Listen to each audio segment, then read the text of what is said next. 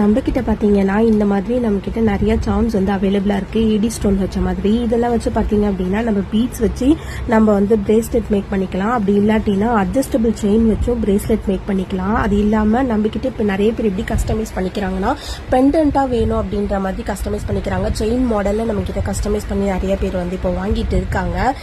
அதோட இமேஜ் வேணால் நான் வந்து ஃபியூச்சரில் போஸ்ட்டில் நான் வந்து போடுறேன்.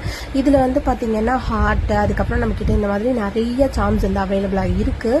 இதில் வந்து பென்டன் டைப்பில், அப்படி இல்லாட்டினா இயரிங்ஸ் டைப்பில், அப்புறம் வந்து நம்மக்கிட்ட வந்து செயின் டைப்பில் எல்லாத்துலேயுமே நம்மக்கிட்ட வந்து அவைலபிளாக இருக்குது. அந்த மாதிரி நம்மக்கிட்ட நிறைய பேர் வந்து ஆர்டரும் பண்ணிகிட்டு இருக்காங்க.